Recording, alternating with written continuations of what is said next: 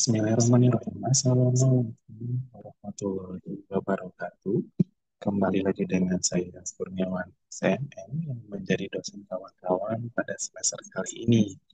Di semester 3 ini, di pertemuan minggu ke-6 untuk mata kuliah statistik dan probabilitas di program studi informatika dan sistem informasi, kita akan membahas materi selanjutnya dari beberapa materi sebelumnya.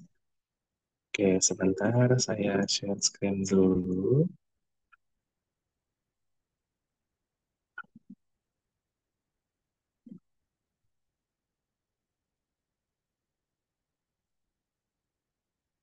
Oke, sudah terlihat ya.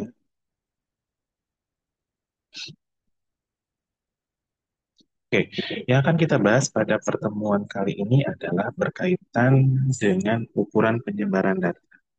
Setelah kita mempelajari materi terkait dengan ukuran pemusatan data, di pertemuan 6 ini masuk ke dalam bagian keempat, kita akan membahas materi berkaitan dengan ukuran penyebaran data. Secara isian atau cara hitungan itu masih sama dengan ukuran pemusatan data. Kita akan menghitung nilai kurtosis, nilai kuartil, mean, median, dan lain-lain. Oke, selanjutnya, sebelum memulai masuk ke pembelajaran atau materi yang akan saya jelaskan, saya akan menjelaskan salah satu ayat Al-Quran yang ada di sini yang masuk ke dalam penjelasan Al-Qamar di ayat 49. Di situ dinyatakan bahwa sesungguhnya kami menciptakan segala sesuatu sesuai dengan ukuran. Berdasarkan surat Al-Qamar ayat 49, yang dinyatakan bahwa apa yang terjadi pada semua makhluk itu sudah ditetapkan oleh Allah. Sungguh, kami menciptakan segala sesuatu menurut ukuran, yaitu suatu sistem dan ketentuan yang telah ditetapkan. Ayat ini juga menunjukkan bahwa setiap kejadian memiliki ukuran dan ketentuan tertentu yang dalam konteks pembelajaran probabilitas berarti setiap peristiwa memiliki peluang atau probability sesuai dengan kehendak dan ketetapan Allah. Selanjutnya, untuk tujuan umum pada materi kali ini adalah mahasiswa memahami konsep dan penerapan ukuran penyebaran data serta teori probabilitas dalam analisis statistik. Melalui pembelajaran ini, mahasiswa juga diharapkan mampu mengolah, menganalisis, dan menafsirkan data kuantitatif dengan tepat, sehingga dapat digunakan sebagai dasar pengambilan keputusan dalam bidang akademik, bisnis, maupun penelitian ilmiah. Sedangkan untuk tujuan khususnya, di sini mahasiswa mampu menjelaskan konsep dan fungsi ukuran penyebaran data, mampu menghitung range, varian, dan standar deviasi baik untuk data tunggal maupun data kelompok, terus kemudian mampu menafsirkan hasil ukuran penyebaran untuk memahami keragaman data, kemudian menjelaskan konsep dasar probabilitas dan ruang sampel, terus menghitung peluang kejadian sederhana dan majemuk, serta menerapkan konsep penyebaran data dan probabilitas untuk memecahkan masalah yang nyata. Untuk goals daripada materi ini adalah mampu menghitung, menafsirkan, dan menerapkan ukuran penyebaran data serta probabilitas secara tepat, menggunakan perangkat lunak statistik, serta mengaitkan hasil analisis dengan situasi nyata untuk mendukung keputusan yang rasional dan berbasis data.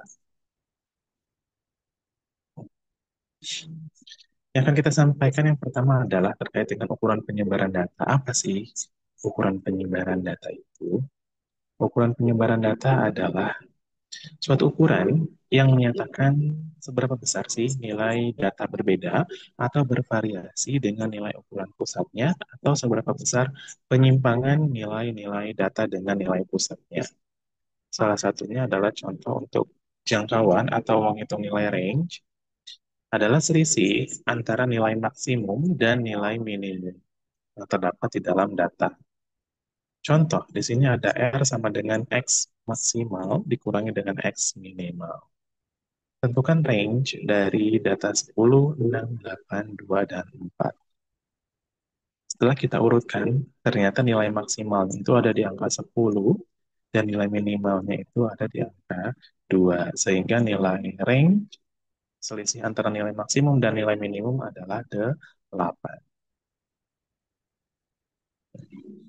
Sedangkan yang kedua adalah simpangan rata-rata, di mana simpangan rata-rata ini adalah nilai rata-rata hitung harga mutlak simpangan-simpangannya.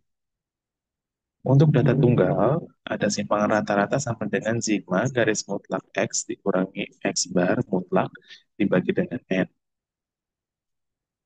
Ada contoh di sini, nilai ulangan matematika dari 6 siswa adalah 7563887. Tentukanlah simpangan rata-rata. Kita lihat, nilai simpangan rata-rata ini kita harus menghitung nilai X barnya dulu. 7563887 dapat dari mana? Dari soal. Dibagi dengan 66 dari mana? Dari banyaknya data. 1, 2, 3, 4, 5, 6. Sehingga nilai X bar itu adalah 6. Tadi rumusnya adalah nilai X dikurangi dengan nilai X bar. Kita sudah mendapatkan nilai X-nya, kita sudah mendapatkan nilai X bar-nya. Sekarang kita masuk ke dalam rumus. 7 dikurang 6, ditambah 5 dikurang 6, ini 7, 5, 6, 3, 8, 7, semuanya dikurang dengan nilai X bar ini. 6, 6, 6, 6, 6, 6. Didapatlah hasil 8 dibagi 6 sama dengan 1,3 T. Sehingga nilai standar rata-ratanya adalah 1,33. Atau simpangan rata-ratanya adalah 1,33. Terus kemudian, sedangkan kalau untuk simpangan rata-rata dengan data berbobot atau data yang dikelompokkan, itu rumusnya berbeda dengan yang data tunggal. Maka simpangan rata-rata di sini adalah sigma F dikali mutlak X min X bar mutlak dibagi dengan sigma F. X itu adalah data KI atau data berbobot, sedangkan titik tengah kelas interval KI adalah data kelompok, dan nilai F itu adalah frekuensi. Tentukan simpangan rata-rata data berikut. Kita sudah memiliki data dari interval 35 sampai dengan paling tinggi 12 sampai 14. Dengan masing-masing frekuensi sudah ditentukan dengan nilai jumlah frekuensi sebanyak 20 dan nilai X, nilai tengahnya juga sudah kita hitung. Nah, untuk mendapatkan nilai tengah ini, nilai tengah ini kawan-kawan sudah bisa ya karena nilai batas bawah tambah nilai batas atas dibagi 2. Sehingga untuk perhitungan penyebaran data simpangan rata-rata data berkelompok itu membutuhkan tabel pembantu, ada nilai data, frekuensi X, F dikali X, X kurang X bar, dan nilai F dikali X min X bar. Data sebelah sini sudah kita temukan di awal. Nah, sekarang nilai F dikali X. Ini sudah mudah ya, tinggal mengalihkan antara nilai frekuensi dengan nilai X. 2 dikali 4 hasilnya 8 dan seterusnya. X min X bar. Nah, kita harus tentukan dulu nilai X barnya. Gimana cara menentukan nilai X bar? Kita hitung dengan menggunakan rumus ini. Sigma F kali X dibagi dengan sigma F. Berarti di sini totalnya 194 dibagi 20. Maka hasilnya 9,7. Gimana cara mendapatkannya? Nilai 5,7 berarti 4 dikurang 9,7. 4 dikurang 9,7. Nah, kenapa di sini hasilnya kok tidak minus? Karena nilai di sini itu adalah nilai mutlak. Jadi deviasi absolutnya kita ingin mengukur besarnya penyimpangan bukan arahnya. Sehingga tanda negatif itu dihilangkan dengan nilai mutlak agar supaya semua jaraknya bersifat positif. Jadi karena kita menggunakan nilai mutlak, dengan menggunakan ini garis mutlak ya yang garis panjang ke bawah ini, yang berarti jarak antara X ke X bar, nilai terhadap rata-ratanya itu tidak pernah negatif atau tidak dihitung dengan negatif. Oke, kemudian kolom F kali X min X bar 11,4 didapat dari mana? Dari nilai frekuensi dikali dengan 5,7. Frekuensi dikali dengan X min X bar. Maka hasilnya 11,4 dan seterusnya. Sehingga kita baru bisa menentukan nilai simpangan rata-rata dengan data berkelompok. Kita masukkan rumusnya F X min X bar adalah 44,4 dibagi dengan sigma frekuensi 20, maka hasilnya 2,22. Selanjutnya, selanjutnya adalah ukuran penyebaran dari simpangan baku atau standar deviasi. Di sini adalah sekumpulan bilangan akar, ingat ya, sekumpulan bilangan akar dari jumlah deviasi kuadrat dari bilangan-bilangan tersebut yang kemudian dibagi dengan banyaknya bilangan atau akar dari rata-rata deviasi kuadrat. Rumusnya bisa kawan-kawan lihat di sini. Contohnya seperti ini. Tentukanlah simpangan baku dari data 2, 3, 5, 8, dan 7. Kita masukkan ke dalam persamaan tabel seperti ini, 2, 3, 5, 8, 7. Kemudian kita hitung nilai X min X bar, dan X dikurangi X bar di pangkat 2. Nah, apa sih bedanya antara nilai simpangan rata-rata dengan simpangan baku di sini? Rumusnya hampir sama, ada X min X bar. Nah, yang membedakan di sini adalah simbolnya. Kalau di sebelumnya itu menggunakan simbol mutlak. Nah, kalau di sini itu adalah simpangan eh, bakunya dari menggunakan nilai kuadrat. Nah, kalau ini itu supaya saling tidak meniadakan antara nilai negatif dan positif. Ya, kalau seandainya tadi pakai simpangan rata-rata itu dia menggunakan nilai mutlak, sehingga nilainya semua hasilnya positif. Nah, kalau seandainya di simpangan baku ini, kita menggunakan nilai kuadrat. Sehingga ini bisa dipakai untuk mencari nilai varians dan standar deviasi. Ingat ya, kalau yang tadi itu digunakan untuk menghitung nilai mutlak atau menghitung nilai jaraknya, kalau seandainya simpangan baku itu kita melihat seberapa banyak atau mencari varians data dan standar deviasi. Seperti biasa kita harus mencari dulu nilai X barnya. X barnya sudah kita tentukan 2357 sampai dengan 7. Dibagi 5 itu banyaknya data, maka hasilnya adalah 5. 25 dibagi 5 hasilnya 5. Nah, sehingga nilai standar deviasinya atau simpangan bakunya adalah 26 akar 26 dibagi 5. Maka hasilnya adalah akar 5,2. Sedangkan untuk standar deviasi dengan data berkelompok, nah, kita menggunakan data 4 kelas. Data dari 3 sampai 5 sampai dengan paling tinggi 12 sampai dengan 14 dengan nilai total frekuensi 20 dan nilai X-nya tadi juga sudah kita ketahui bagaimana cara menentukan nilai X, itu nilai tengah. Batas bawah ditambah batas atas dibagi 2. Nah, untuk menjawab menggunakan data berkelompok, di sini data-data frekuensi sudah ditentukan, sudah ditemukan di awal. Nah, sekarang kita hitung nilai X kuadratnya untuk memenuhi beberapa rumus yang ada di bawah ini. Terus kemudian ada F dikali X, kemudian baru F kali X kuadrat. X kuadrat itu didapat dari mana? Dari nilai X yang dikuadratkan. Kalau F dikali X dari mana? Nilai frekuensi dikali dengan X. Kalau F dikali X kuadrat itu dari mana?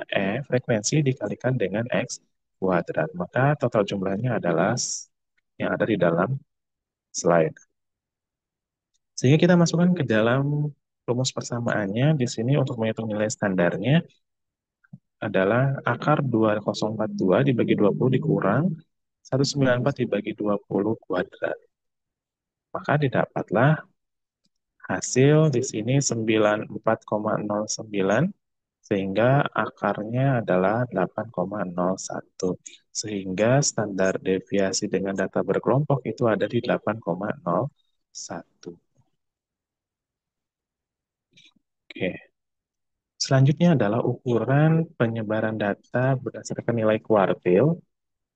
Kuartil di sini adalah nilai yang membagi kelompok data atas 4 bagian yang sama setelah bilangan-bilang itu diurutkan. Dengan garis bilangan, letak kuartil dapat ditentukan dengan data sebagai berikut. Ada Q1, Q2, dan Q3. Untuk menentukan nilai kuartil, data tunggal, letak kuartil 1 itu data Q1, N plus 1 dibagi 4, ini adalah rumusnya. Dengan I itu adalah 1, 2, dan 3, dan N itu adalah banyaknya data. Contoh di sini adalah hasil pendataan usia dari 12 anak balita dalam tahun diketahui sebagai berikut. 43, 44, 21, 1, 2, 1, 3, 3, 4. Tentukanlah nilai kuartil bawah 1, nilai tengah kuartil 2, dan kuartil atasnya 3. Setelah diurutkan, nilainya adalah 1, 1, 1, 2, 2, 3, 3, 3, 4, 4, 4. Letak Q1 adalah data ke-1 dikali 12 plus 1 dibagi 4. Maka nilai data letak Q1-nya adalah di data ketiga 1/4. Berarti data ketiga 1/4 adalah di 1, 2, 3. Berarti di antara 1 dan di antara 2. Ini letak kuartil 1. Sedangkan untuk letak kuartil 2, data kedua dikali 12 plus 1 dibagi 4 adalah data ke-6 1/2. Sehingga datanya itu yang dilihat adalah data ke-7 dan data ke-6. Sedangkan letak Q3 itu adalah 3 kali 12 plus 1 dibagi 4 adalah data ke-9 9 3/4. Sehingga nilai Q-nya, data ke-9 itu adalah nilai data ke-9 sampai dengan nilai data ke-10. Maka didapatlah nilai Q3-nya adalah di 4.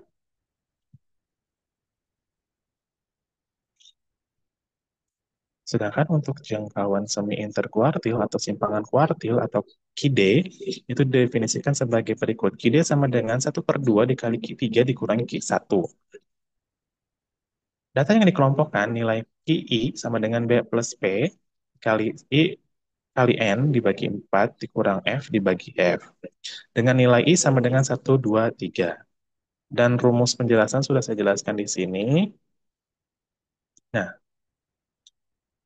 contoh tentukan simpangan kuartil dari data. Datanya sudah ditentukan, jumlahnya adalah sebanyak 40. Untuk menentukan Q1, kita perlu mencari nilai 1/4 dari 40 data. Nah, data atau 10 data. Jadi Q1 itu terletak pada kelas interval ketiga dengan nilai B sama dengan 54,5 dan seterusnya. Untuk perhitungan ini masih sama dengan penjelasan di materi sebelumnya terkait dengan perhitungan data pemusatan data kuartil, nilai batas bawah dan segala macamnya. Jadi sehingga nilai Q1 itu kan tadi terletak pada kelas interval ketiga. Kelas interval ketiga kan di sini 1, 2, 3. Nah, di sini kan berarti batas bawahnya adalah 55 dikurangi 0,5 sehingga 54,5 ditambah 0,5 itu didapat dari hasil hitungan 5 dikali 1,40 dibagi 4 dikurangi 9 dibagi 10. Maka hasil nilai kuartil 1 itu ada di 55 hasilnya. Sehingga di sini kuartil 1 itu ada di sini. Sedangkan untuk menentukan Q3 itu diperlukan 3/4-nya dari 40 data atau data 30. Jadi Q3 itu terletak pada kelas interval keempat dengan nilai B 59,5 dan seterusnya. Ini hasilnya masih sama kok perhitungannya dengan perhitungan kuartil di temuan minggu lalu. Sehingga nilai Q3 itu ada di 64,8. Nah, setelah kita mendapatkan nilai Q1 dan nilai Q3, kita harus mencari nilai simpangan kuartilnya. Nah, jadi untuk menjangkau semi interkuartil atau simpangan kuartil dari data di atas adalah QD sama dengan 1/2 kali Q3 dikurangi Q1. 1/2 dikali 64,08 dikurangi 55 sehingga nilai simpangan kuartil rata-ratanya ada di nilai 4,54. Kemudian, nah untuk penyebaran data persentil pun juga sama. Di sini persentil adalah sekumpulan bilangan nilai yang membagi kelompok bilangan tersebut atas 100 bagian yang sama banyaknya setelah bilangan-bilangan tersebut diurutkan dari yang terkecil sampai dengan yang terbesar. Untuk data tunggal di sini nilai letak PI-nya adalah data KI kali N plus 1 dibagi 100. Ini adalah rumusnya. Diketahui nilai data 938456877, tentukanlah nilai P20 dan nilai P70. Setelah data diurutkan, kita mendapatkan nilai data 3455677889, sehingga letak P20-nya adalah data ke-20 dikali 10 plus 1 dibagi 100. Sehingga nilai data keduanya itu adalah di 21/5, atau data ketiga sampai dengan data kedua. Berarti antara data ini dan data ini adalah letak P20. Nilainya dapat dari mana? Nilainya di 4,1,5. Berarti nilainya ada di tengah sini. Oke, sedangkan untuk letak P70 adalah data ke-70 kali 10 plus 1 dibagi 100. Datanya masuk ke dalam data ke-7 per 7 per 70. Sehingga nilai P70 data ke-7 adalah 7 per 10, data ke-8, data ke-7. Sehingga nilai P70-nya itu ada di letak data ke-7, 7 per 10. Nah, sedangkan untuk data yang berkelompok, di sini berbeda rumusnya. Silahkan dicek sama kawan-kawan. Nah, untuk jangkauan datanya juga ini ya dengan data sebanyak 50. Untuk menentukan nilai P10 diperlukan 10 per 100 dikali 50 dari data adalah sama dengan 5. Artinya P10 terletak pada kelas interval pertama. Ini perhitungan ini masih sama dengan perhitungan persentil di ukuran pemusatan data minggu lalu. Nah, sedangkan kalau untuk menentukan P90 itu juga sama. Di 90 per 100 dikali 50 data adalah sebanyak 45 data. Nilai B, nilai F besar sama nilai F kecil juga sama. Hasil hitungannya masih sama dengan data perhitungan di ukuran pemusatan data di minggu lalu. Sehingga nilai P90-nya adalah 91,17. Sedangkan untuk jangkauan dari persentil antara nilai P90 sampai dengan P10 adalah 91,17 sampai dikurang 56,64 adalah sebanyak 34,53. Baik, itu adalah penjelasan terkait dengan materi ukuran penyebaran data. Setelah kita menghitung, setelah kita menjelaskan, setelah kita berbicara terkait dengan ukuran pemusatan data di minggu sebelumnya, di 2 minggu sebelumnya, setelah kita tahu penyebaran pemusatan datanya di mana, antara min, median, modus, dan nilai kuartil, persentil. Nah, hari ini terkait dengan ukuran penyebaran datanya juga sudah kita tentukan. Jadi nilai masing-masing ukuran pemusatan data maupun ukuran penyebaran data dia masing-masing satu keterkaitan. Jadi jangan sampai eh, kawan-kawan tidak bisa menghitung nilai, tidak bisa membedakan mana yang hitungan pemusatan data dan mana yang merupakan hitungan penyebaran data. Oke, baik. Untuk tugas di pertemuan 6 ini, silakan kawan-kawan nanti cek kembali Google Classroom-nya, terus akan saya jelaskan di situ terkait dengan mekanisme pengerjaan tugasnya, apa saja yang harus kawan-kawan kerjakan, dan kapan waktunya akan dikumpulkan.